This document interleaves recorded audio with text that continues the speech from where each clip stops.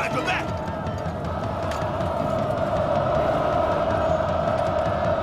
蒙古人要攻打要塞了，快挡住他们！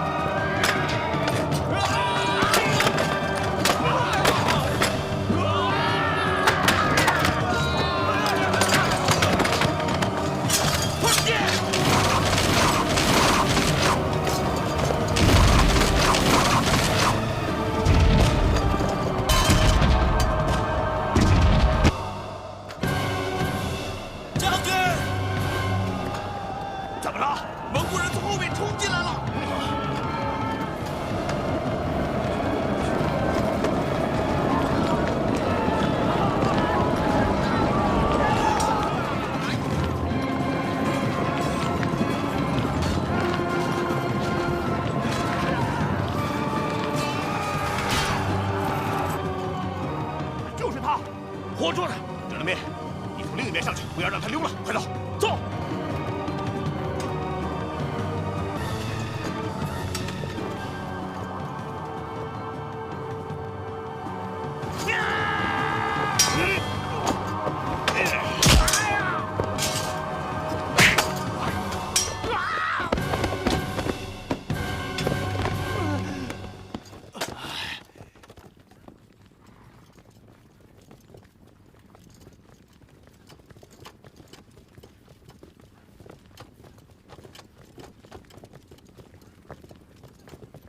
禀报成吉思汗，我们已经占领了整座城。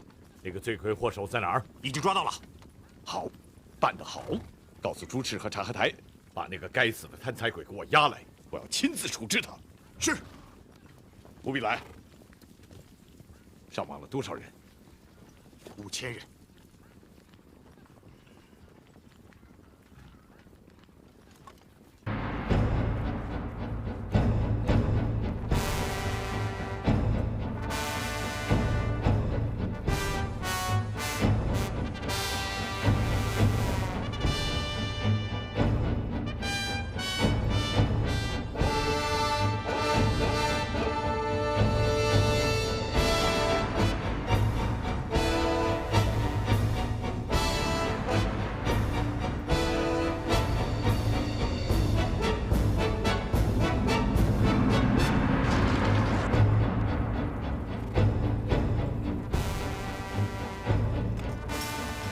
将成吉思汗的文书射入城内，让他们投降。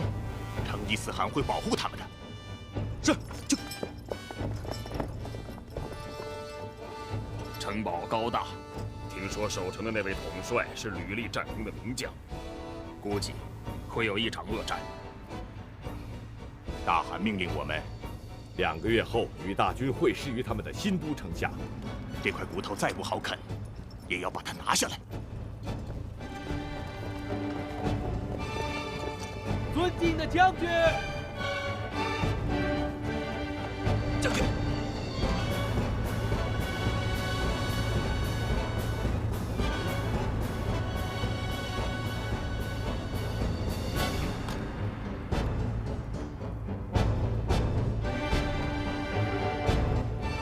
打！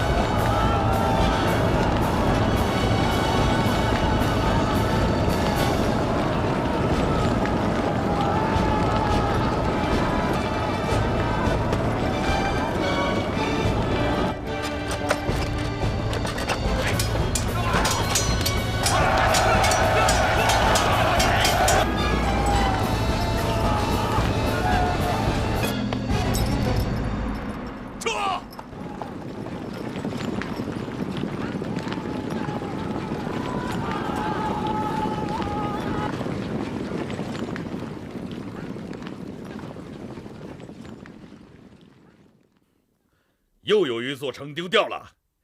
你们说我们的常胜军为什么却变成了常败军？我们的城市都被人家各个击破了，这到底是怎么回事？我们分兵把关的战略是不对的，我们应该集中兵力与蒙古人决战。决战？如果决战失败了呢？谁敢保证决战不失败？父亲，别说了，现在我们要做的事，除了向上天祈祷之外，就是要修好自己的篱笆，不要让成吉思汗趁我们没有准备好的情况下打进我们的新都。好了，去看看防务工事怎么样吧。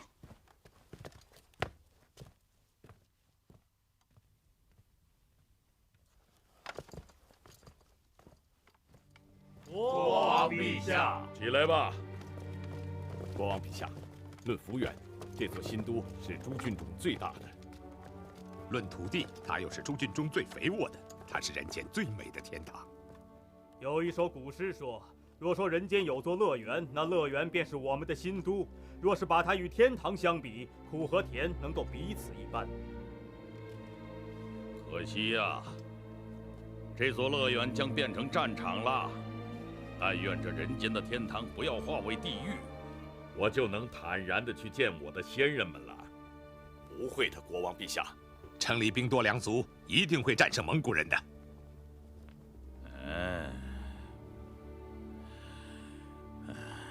父亲，现在采纳我的意见还不算太晚。你又来了，你能不能让我安宁一会儿？蒙古人给我带来的烦恼已经够多的了。父亲，我们应该尽快把兵力集中到大和天堑一线，以逸待劳，再动员全城的百姓与成吉思汗决战。又是决战！成吉思汗最希望的就是要我们离开城池，同他进行野战，以便发挥他蒙古骑兵的长处。至于动员百姓，那更是无稽之谈。我们刚刚强制地收缴了他们3年的赋税，已经闹得是民怨沸腾。他们还会帮助我们吗？不，成吉思汗到来一定要屠杀无辜的百姓，践踏我们的家园，他们才会激起民怨沸腾。只要父亲您亲自率军决战，我们还会重振英勇无敌的雄风。我认为王子说的很对，我们的军队毕竟是无坚不摧的常胜大军。可是现在上天不再庇护我们了，在厄运没有离开之前，还是分兵把关，慢慢的消耗敌人吧。消耗敌人？成吉思汗的军队已经从入境时的20万增加到30万了。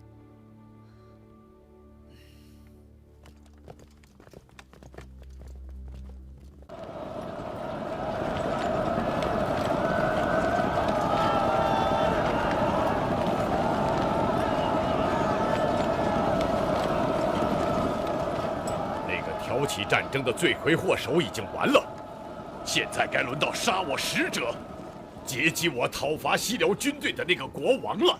听着，把前面这座城池给我牢牢地围起来，一只老鼠也不要放出去。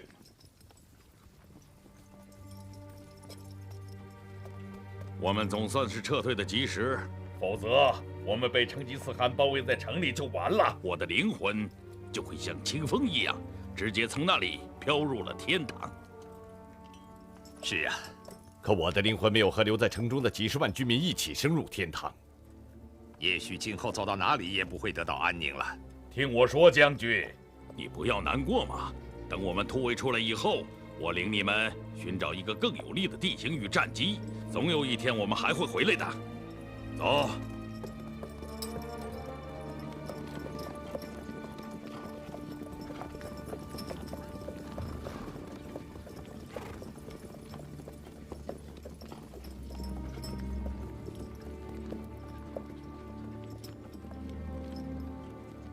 请听我说，英勇无敌的将士们，是我的家族把你们拖入了战火，却又在死亡威胁你们的时候，我跑开了，逃走了。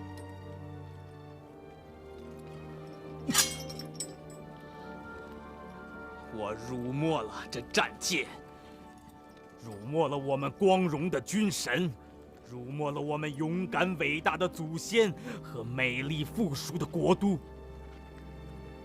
尊敬的王子，已经不可挽回了。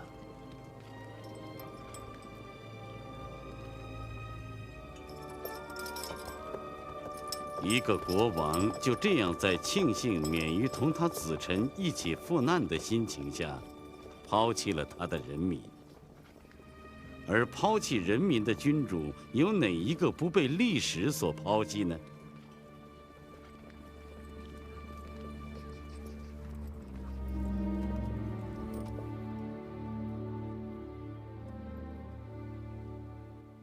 我原以为蒙古人不过是个只会盘马弯弓的牧民和猎人而已，又因为母亲的缘故偏袒了他的侄儿，才激怒了成吉思汗这条蛮牛。没想到因为我们的轻敌，给我们带来了海啸般的灾难。你们之中有身经百战的勇士，还有德高望重的元老和重臣，你们都有什么好的办法可以帮助我摆脱目前的困境？请把你们的智慧和思考都告诉我吧。河中地区已无法挽救了，尽管我们不愿意发生这样的情况，可它已成为事实了。我们下一步应当防守所处的这个地区，把各处的人马集中起来，征集更多的人入伍，共同据守大和天堑一线，不能让成吉思汗的战马再继续向前方推进了。打不赢怎么办？我们能逃出蒙古人的追击吗？我们不是没有打胜仗的力量，而是缺乏打胜仗的勇气，还缺少成吉思汗的神奇的战略和变化多端的战术。而我们这些将领，很难在彻底战败之前学会的。所以我说，不能在这里决战，要退。往哪儿退？往南。这里已经是南部。不，再往南，离开这条给我们带来许多不幸的河流，离开蒙古人远远的。你的见解不错，进可以攻，退可以守，有道理。南部邻邦邀请国王陛下到他们那里去，他可以召集军队保护国王。哎，这倒是一条退路。我们到底有没有进攻的路？我们伟大的英勇无敌的常胜军已经变成成败军了吗？我说我的儿子，你不要在这里逞匹夫之勇。不，我认为将军刚才说的对，我们正是缺少战胜敌人的勇气。如果父亲要退，就请把军队交给我，让我和成吉思汗决一死战。国王陛下，我们向城中的百姓们收了后3年的赋税，不是为了危险来临的时候丢下他们，自己跑得更快，而是应该保护他们。这样我们才不会失去造物主的恩宠和百姓们的拥戴呀，父亲。王子殿下真的是在忧国忧民吗？你说这话是什么意思？很简单，他一旦兵权在手，就可以拥兵自重，废掉王储，也许还会取而代之，一跃成为新的国王。我要割下你只会攻击和散布流言的舌头！都给我住手！放下武器！国王陛下，国王陛下，蒙古人来了！啊，走，快走！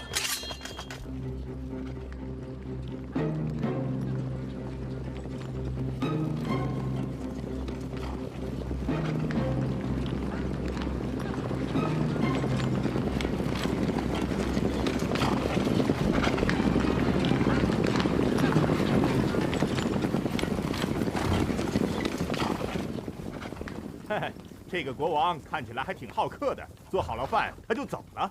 我看天快黑了，小心中了他们的埋伏啊！好，那咱们先吃饭，吃饱了肚子，然后再去追那个饿着肚子的国王吧。下马，吃饭！下马！下马！下马！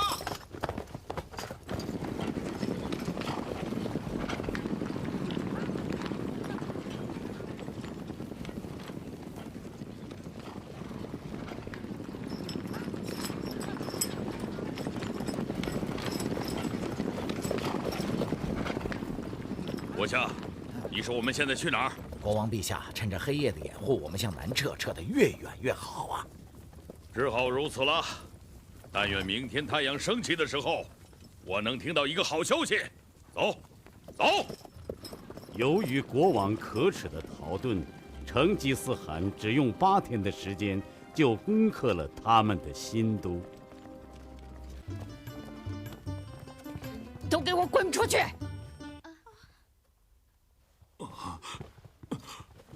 太后，慢！国难当头，你们这些妖女还在麻痹国王的斗志，都给我拉出去砍了！太后，太后，国破家亡，生死莫测啊！你还有心思花天酒地？我怎么生了你这么个无用的儿子？我是无用。对，你说的对，我是花天酒地了。可您让我干了些什么？上天抛弃了我，我还能干些什么？这边和速不台那2个凶神恶煞般的蒙古人，像索命的恶魔一样对我穷追不舍。我上天无路，入地无门了，你还能让我怎么办？你的马刀难道是木头做的吗？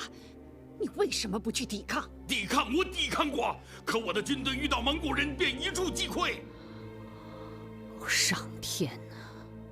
自从我被迫逃离王宫的这些日子，我几乎每天都在逃命，到每一个地方，没超过3天，这边速不台就追来了。我的国相们呢？我的皇亲诸汗呢？他们差点要了我的命啊！什么？你强加给我的那些国相和皇亲诸汗们，他们不帮助我打退蒙古人，反倒设计谋害我。今天我侥幸不死，可谁知道哪一天会死的？怎么会是这样？不会这样吧？就是这样，已经这样了，我们已经完了，就要从这个世界上消失了。太后，你就和我一起痛痛快快地享受一下为数不多的最后时光吧。我英勇的将军，太后，我们这些妇人老小离开了宫殿，逃到了这里，是为了躲避成吉思汗的攻击，可不是为了做哲别速不台的刀下之鬼。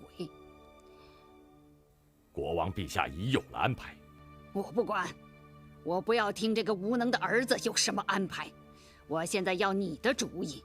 与这里相距不远的山里有座古城堡，那里易守难攻，我已经准备了一支军队，护送并负责保卫太后和王后、王子们的安全。可国王陛下，别管他，我都懒得多看他一眼，马上送我回去。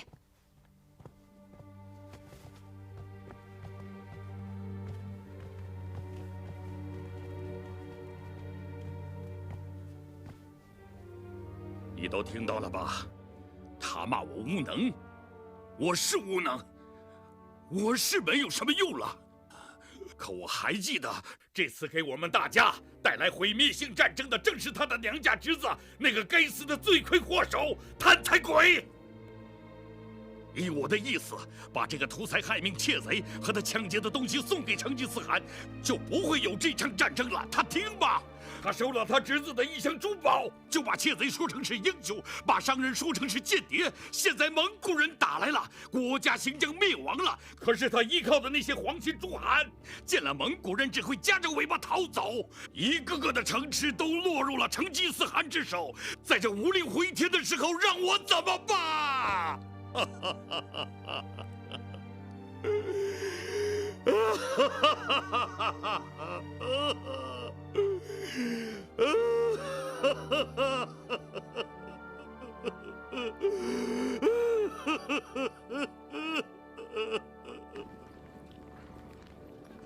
正当这位国王束手无策、坐以待毙的时候，成吉思汗的2员大将哲别和速不台的2万大军正向他逼近。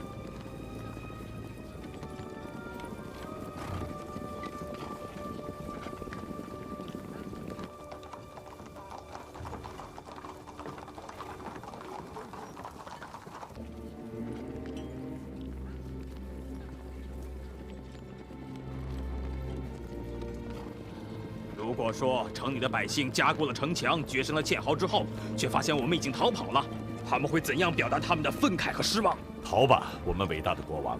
还有没被蒙古人占领的地方可逃呢？到了他再也无处可逃的时候，您期待的决战自然会到来的。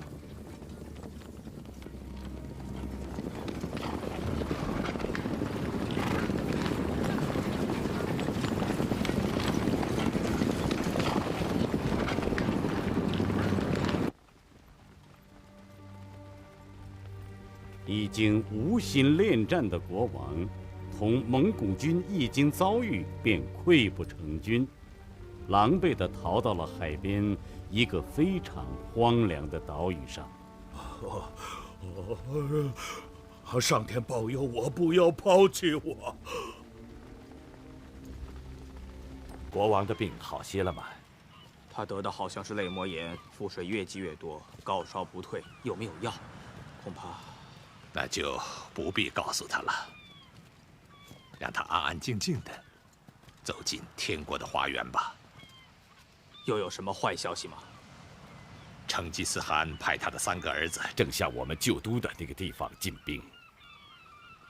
这倒是意料之中的事情。还有，古城堡陷落了。什么？那太后、王妃、公主还有王子们呢？太后、王妃、公主们做了这边的俘虏，几个小王子已经死了。天哪！父亲，父亲，父亲，父亲！他一定是听了刚才不幸的消息，过分的伤心。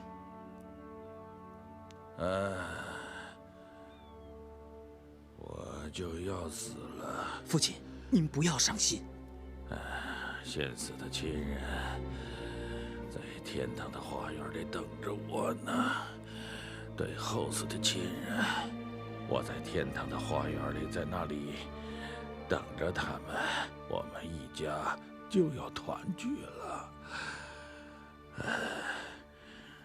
我一生征服和统治过多少辽阔的土地啊！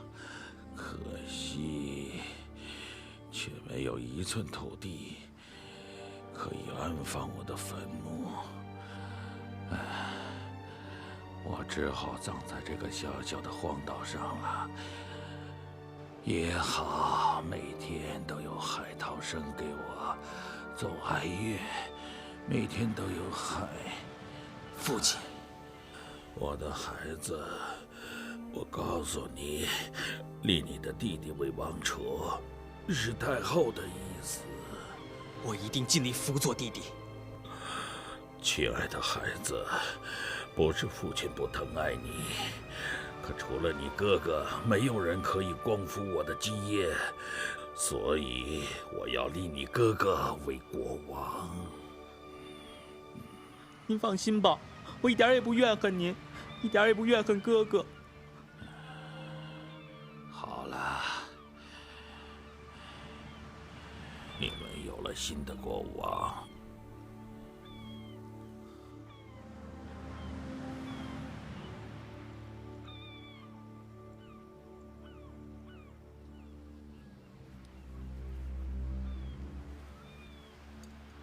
就这样，国王结束了他既有光荣又有耻辱的一生。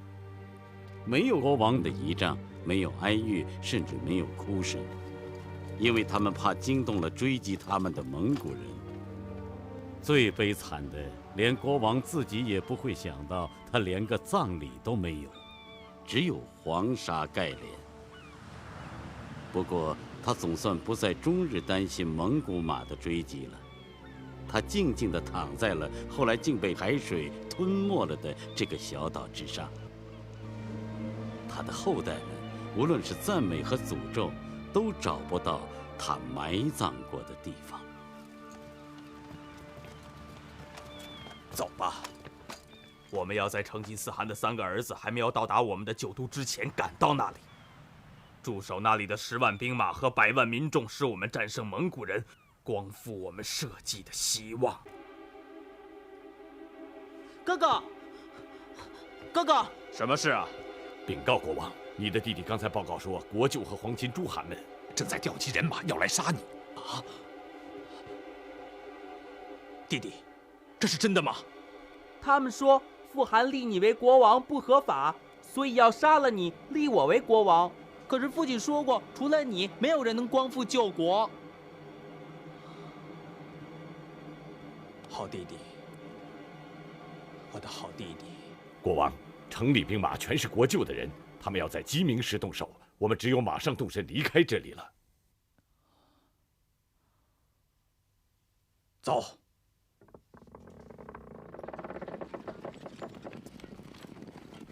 如果没有这些守旧的皇亲诸汗发动的内讧，没有赶走比他的父亲更有胆有识的新国王，也许在这里发生的这一场战争，会有另一种结局吧。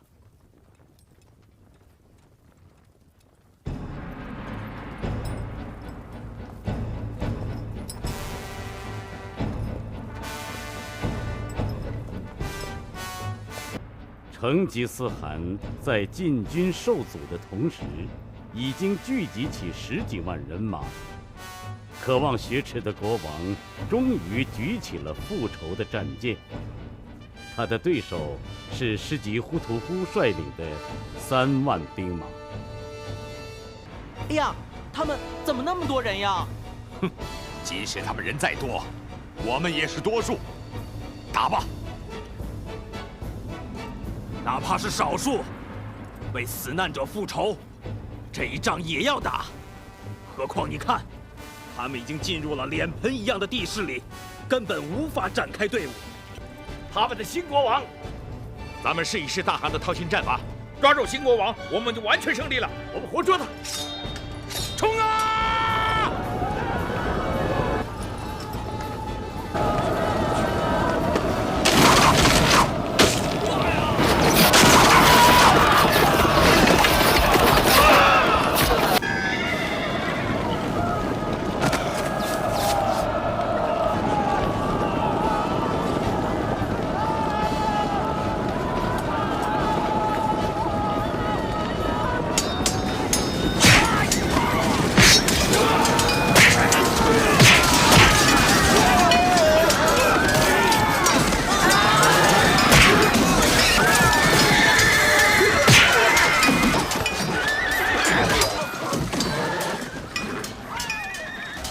在这场力量悬殊的大战中，蒙古军的3万兵马几乎全军覆没。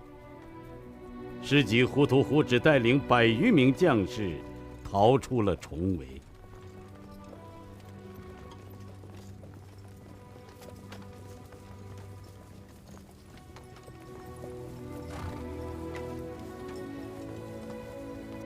我给你的3万人都死了。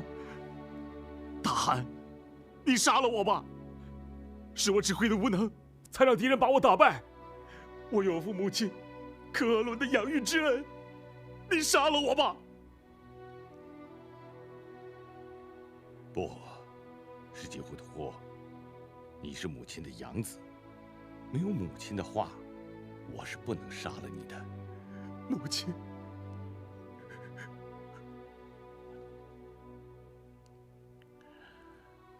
是啊，母亲已经被长生天招去了。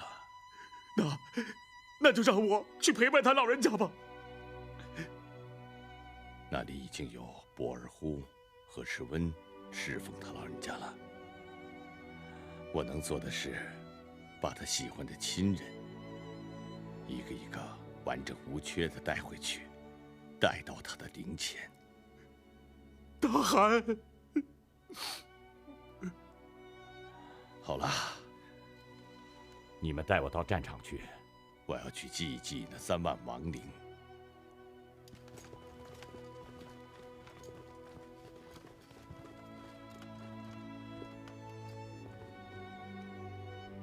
世吉忽图忽，你知道为什么失败了吗？你先来看看这里的地形。你的失败是没有很好的选择地形啊。地形怎么了？步兵打仗适合聚在一起排成方阵，骑兵适合分散成3355、45的小队，这样才便于分合进退。国打仗的时候，百骑环绕，可果万众；千骑分张，可赢百里。你在这种盆一样的地形里，3万人簇聚在一起，还能不被包围歼灭吗？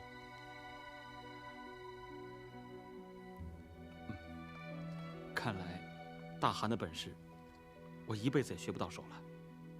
那你就去当好你的执法官，以后不要再领兵打仗了。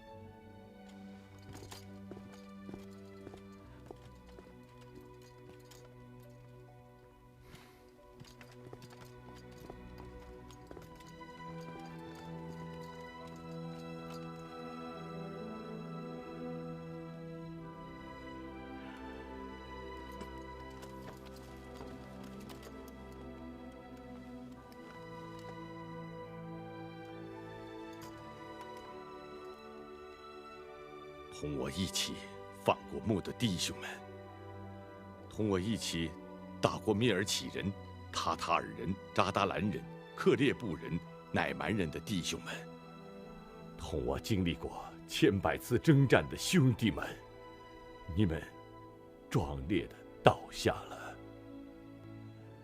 带着你们昔日的战功、蒙古勇士的荣誉，倒在了这里。光荣的像蒙古男人追求的那样，到底是躺在战场上了，客死他乡，埋在他乡。愿你们的灵魂安息吧。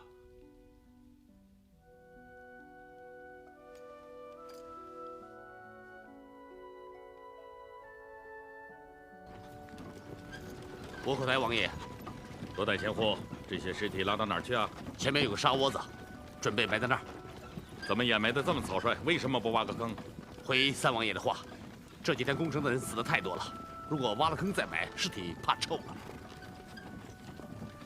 这位温叔叔啊，你去一趟富汗新营，如实将这里发生的事禀告给富汗吧。好的。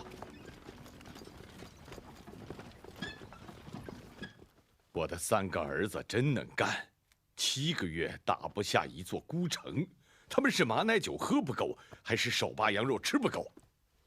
其实，我军曾2次攻进城中，甚至还抢占过河上大桥要地。可是我们遇到的敌人十分凶猛，他们同心协力，拼死抵抗，誓不相让。既然敌人可以同心协力，我们就不能万众一心，志在必得吗？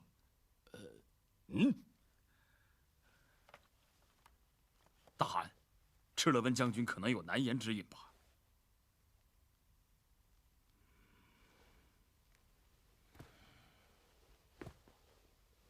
赤老温，你父亲，还有何达安，都是我的救命恩人。说吧，那里究竟发生了什么事？大汗，朱赤和察合台兄弟不和，他们各持己见，各行其事，往往是相互掣肘，部下也是无所适从啊。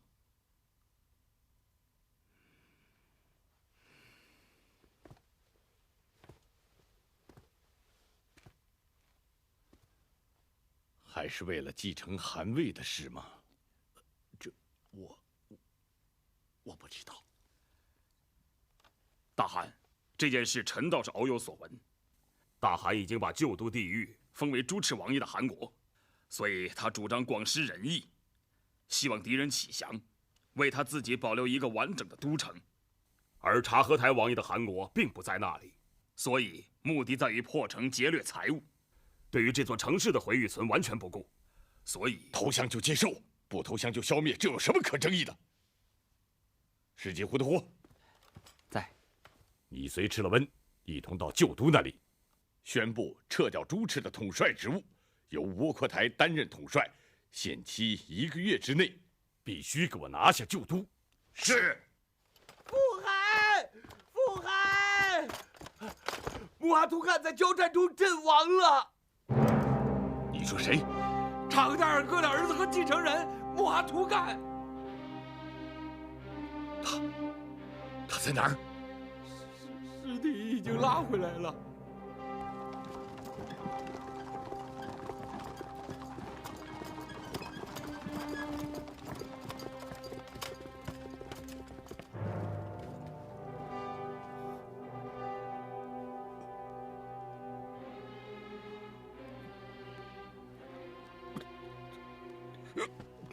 傅寒，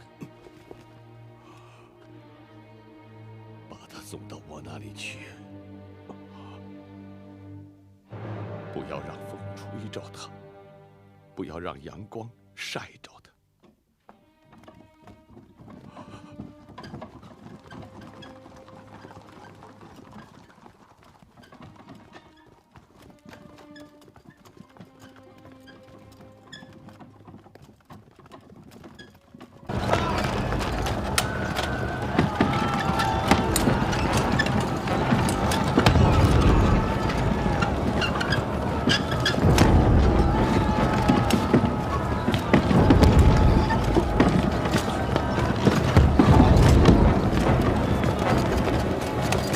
传令下去，即使这座城是大海洋，我也要用黑土把它填平。我要把这里变成沙漠，不让这里再长出任何有生命的东西。是。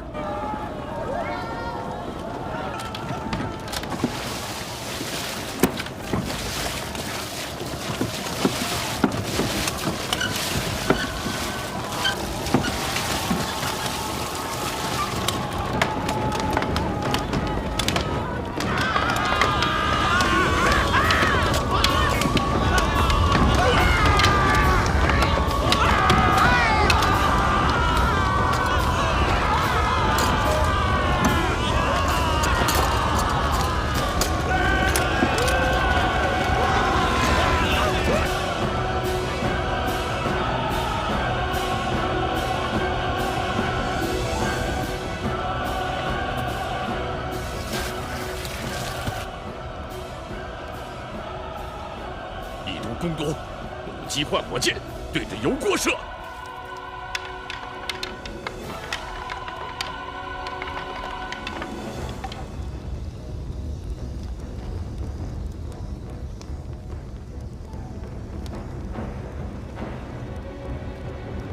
放！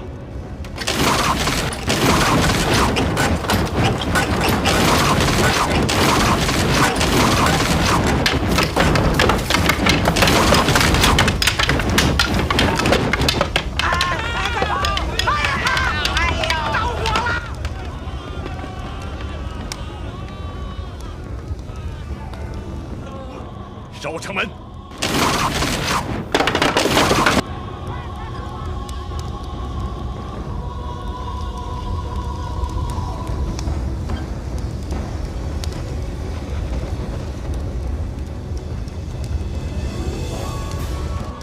撞碎城门！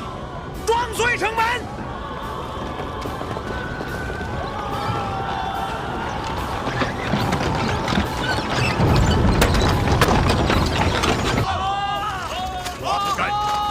被你爆出来了，走！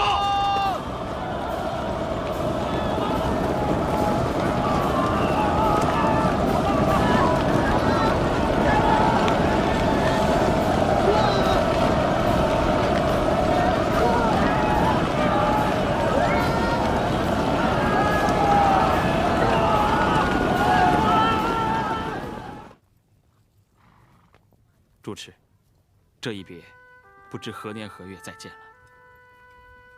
从这里到蒙古草原，最快也要走上半年。母亲的老人家年纪大了，我无法在她身边尽孝了。我们马上要和大汗会合了，你想带几句话吗？我能说什么呢？我是太令他老人家失望了。我是个不成才的儿子。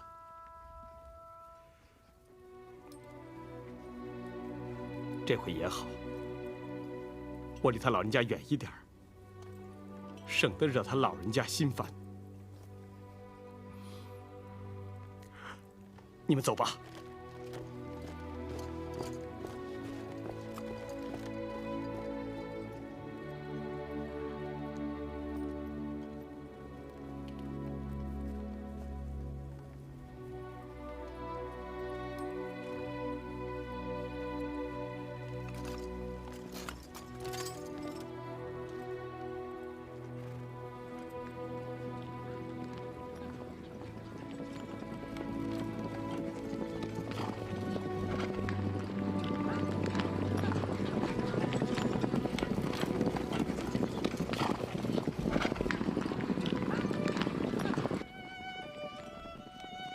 成吉思汗任命窝阔台为前线统帅1个月后，蒙古大军如期攻克了敌人的旧都。按照成吉思汗的旨意，他的长子朱赤留在了这里，永远留在这远离故乡的城市。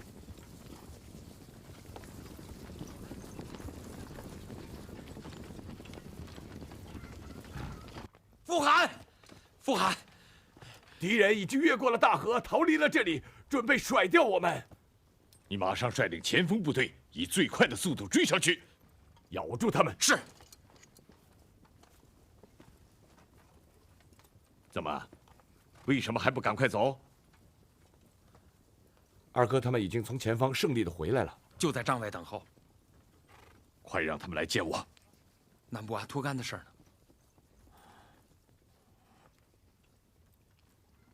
瞒过今天，也瞒不过明天，还是把木阿图干的事告诉察合台吧。叫他们进来吧。是。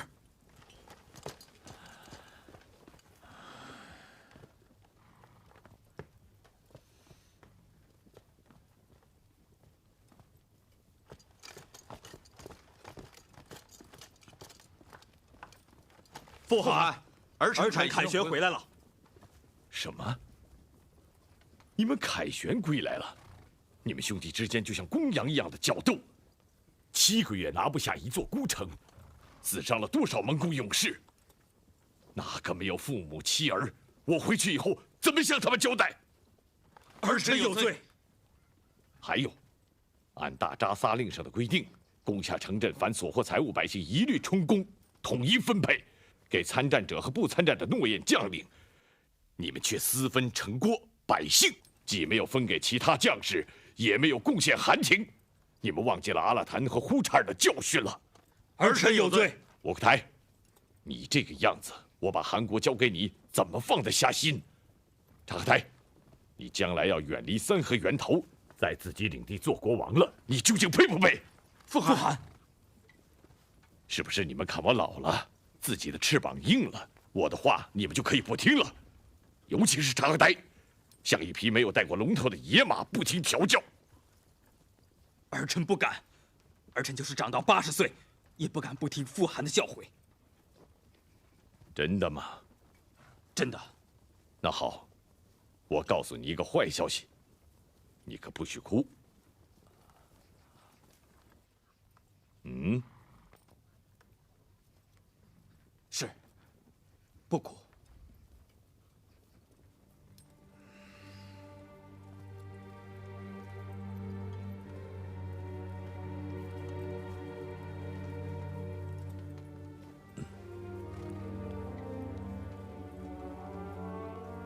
你在你的儿子里选一个继承王位的人吧。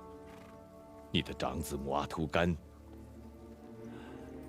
他死了。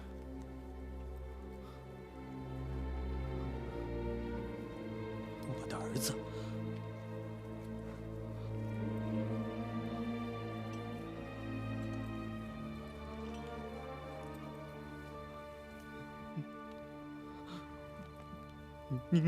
您答应过帮我照顾儿子，您答应的，父汗。我说过，不许哭。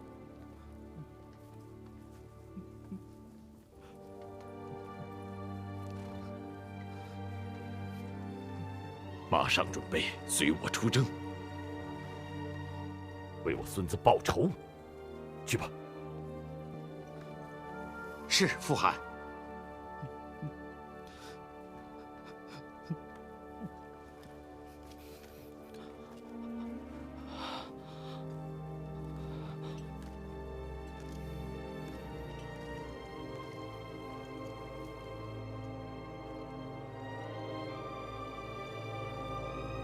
哎，二哥，二哥，二哥！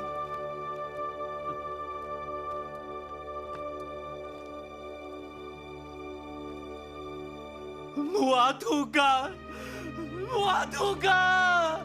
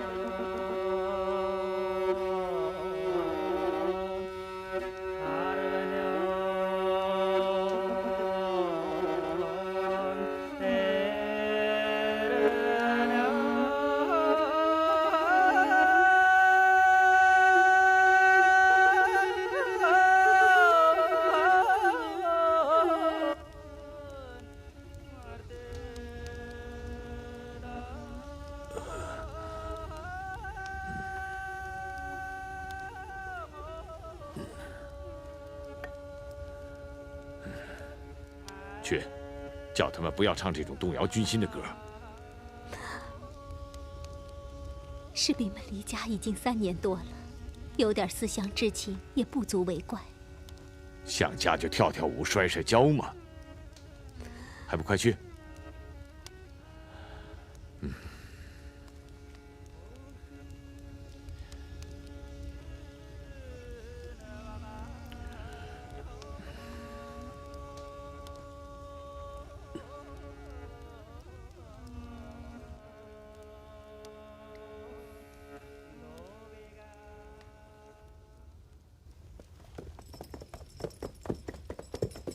什么人？托雷王爷的信使要面见大汗，有重要军情禀报。跟我来。哎，什么人啊？托雷王爷派来的信使要见大汗。去吧。走。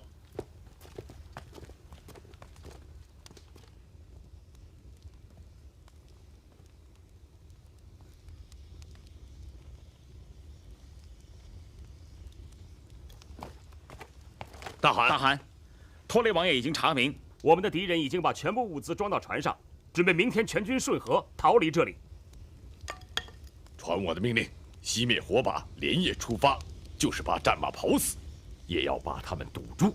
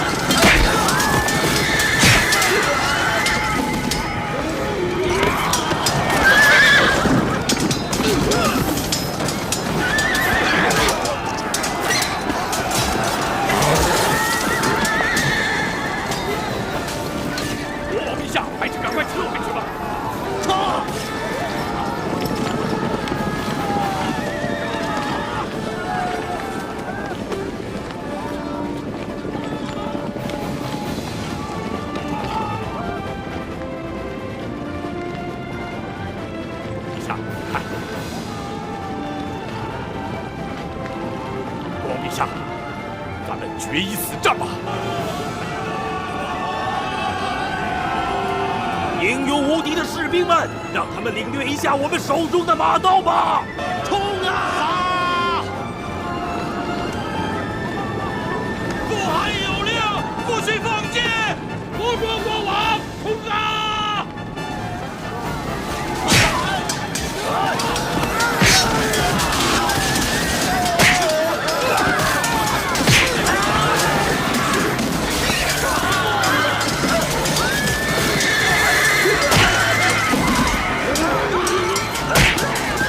杀呀！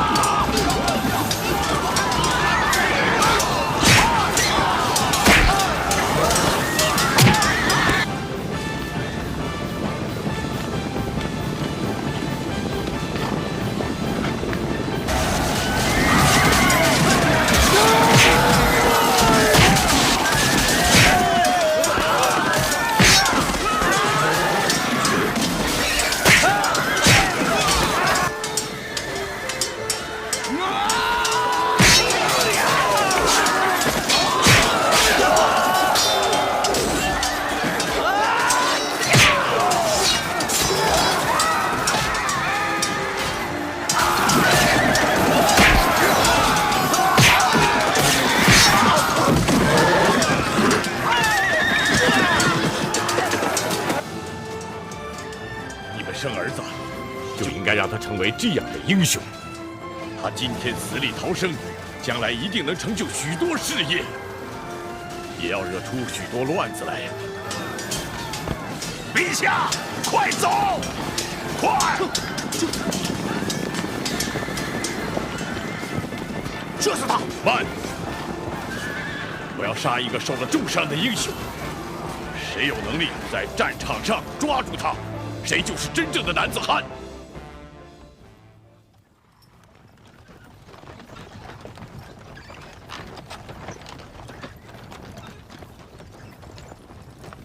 先生，这几个人死于什么病？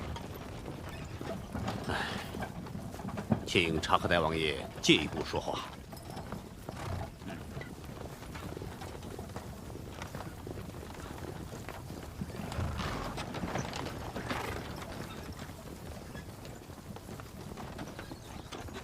这种病叫斑疹伤寒，病人高烧、头疼、周身发软、眼里充血，身上会有斑疹，这是由人身上的虱子传染的一种瘟疫。很厉害吗？任其蔓延，可使全军覆没。有这么严重吗？本来只要消灭了人身上的虱子，就可能切断传染之媒介，但蒙古的大扎萨令里明文规定，不许洗晒衣服。这就难办了。先生，总要想个法子。我预先存了一些药材，请二王爷按我写的方子把它速速取来，也可做到防患于未然。好，那就请您马上给我写方子，我马上派人去取。请。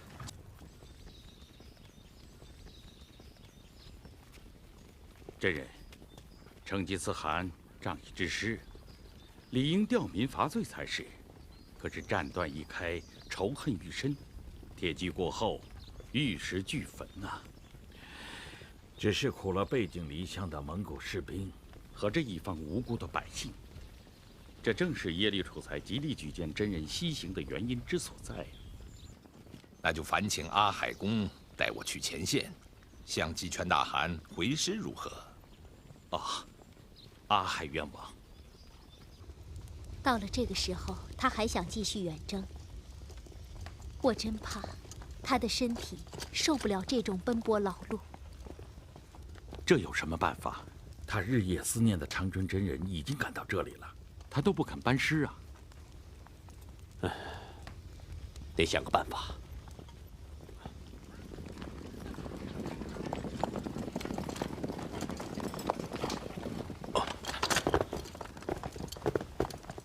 拜见呼兰妃和二位先生，多得千户，这是从哪里来呀？从前方回来，向大汗奏报军情。哎，我有个主意，多得，你过来。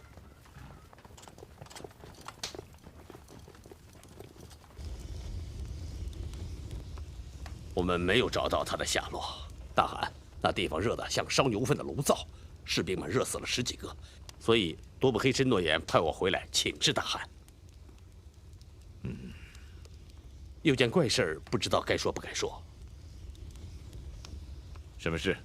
在我回来路过铁门关的时候，忽然听见一声吼叫，我抬头一看，对面山上有只怪兽。什么样子？怪兽？鹿头马尾巴，身上长鳞，五颜六色的，头上长了一只犄角。我这辈子怕过啥，就带人包抄了上去，想抓回来给大汗瞧个新鲜。抓到没有？嘿，别提了，我正要举刀砍他的后腿，忽然那怪兽2条后腿着地站了起来，像人似的那么站着，站起来足足有1尺高。后来怎么了？一下就不见了。你胡编的吧？奇怪，太奇怪了，怎么会有这么巧的事呢？你说什么？我这几天净做怪梦，也梦见过怪兽。长胡子，你听说过这样的事吗？这个怪兽是什么？听师傅他老人家所言，传说中有此兽，能日行18000里，它的出现可能预示着危险。这个嘛，于我看来是上天的意思。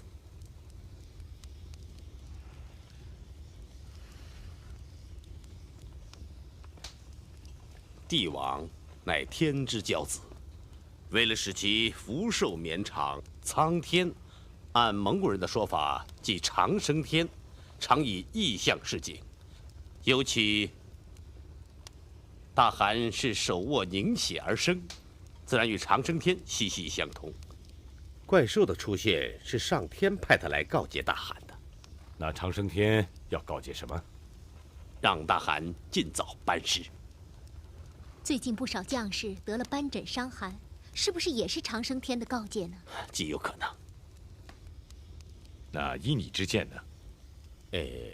陛下应即刻派人找一个合适的地方备礼祭祀，并即日下诏班师，顺承天意，保护人命。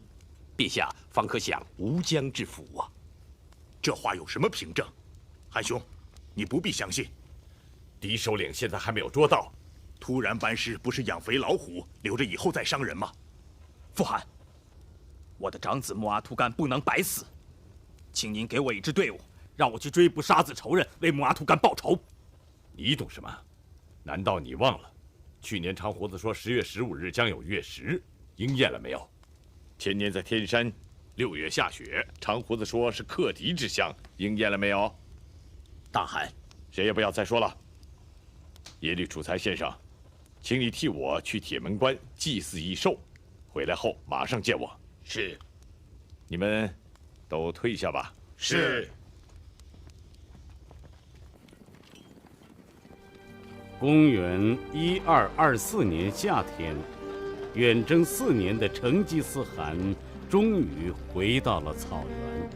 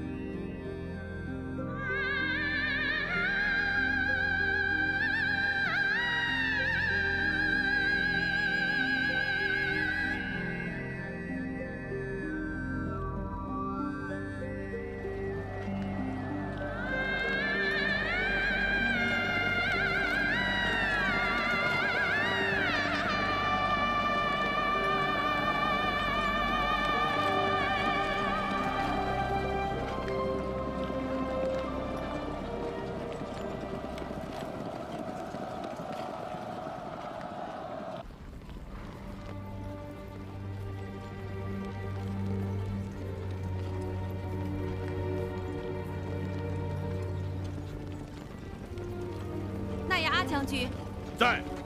大汗有令，请你让中军立即扎营。是。停止前进！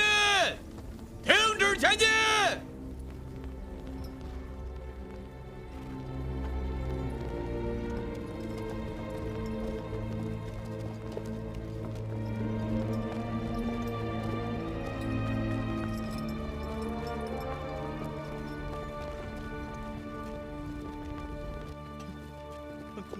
大汗，大汗，大汗，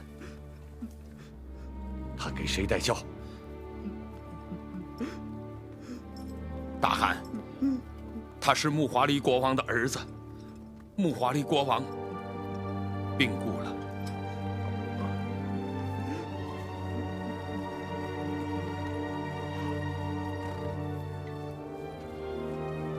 大汗，敌未灭，大将先死，长生天不再保佑我了吗？告诉我，你父亲年富力强，比我要小得多，他怎么会死？怎么会死了呢？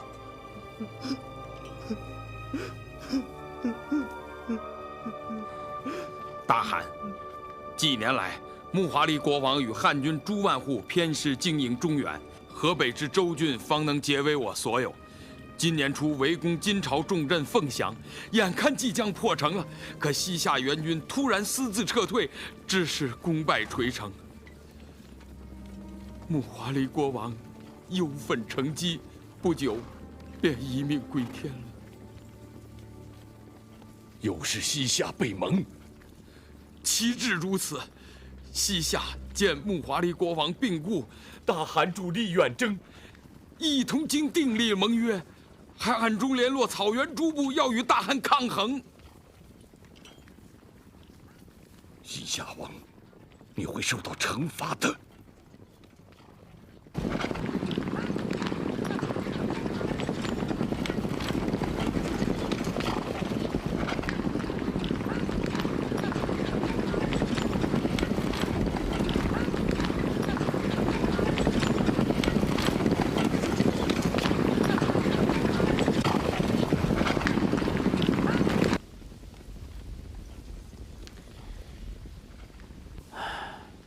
大汗，现在是谁的话也听不进去了。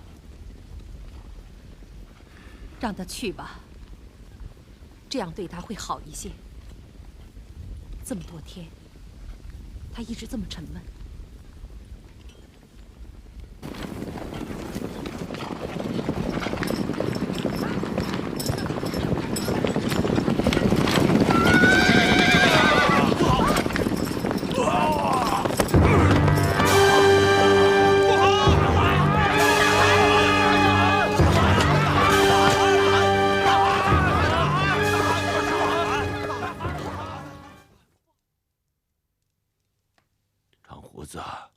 说实话，我要紧吗？只要安心静养，大汗一定会复原如初的。又是安心，又是静养。大汗，明天我们办事回草原吧。不，叶遂，你不要劝我了。那好，就按大汗定的规矩，明天召集库里台，由诸王、诺言们共同议定，好吗？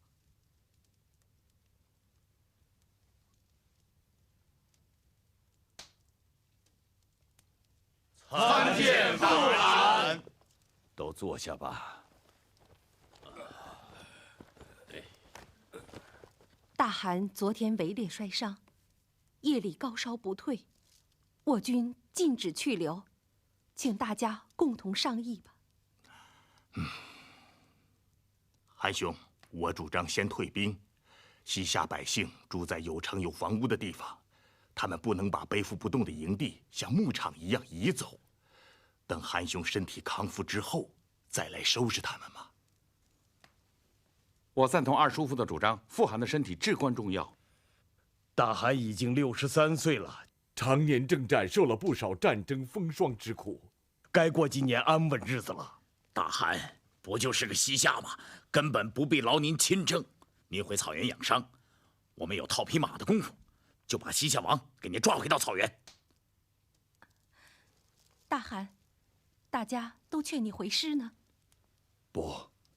自从44年前我征讨蔑尔契人以来，大小数十战我从来没有无功而返过。西夏王本来就说我们气力不足，如果我中途退了兵，他们更要耻笑我胆怯了。大汗，大丈夫不争一时之长短吗？傅汗，大汗，大汗，大汗，傅汗，大汗，大汗，大汗。好，坐下吧。不过，即使撤兵，也不能长了西夏的威风。我要就地扎营，派使臣去西夏，要他们投降。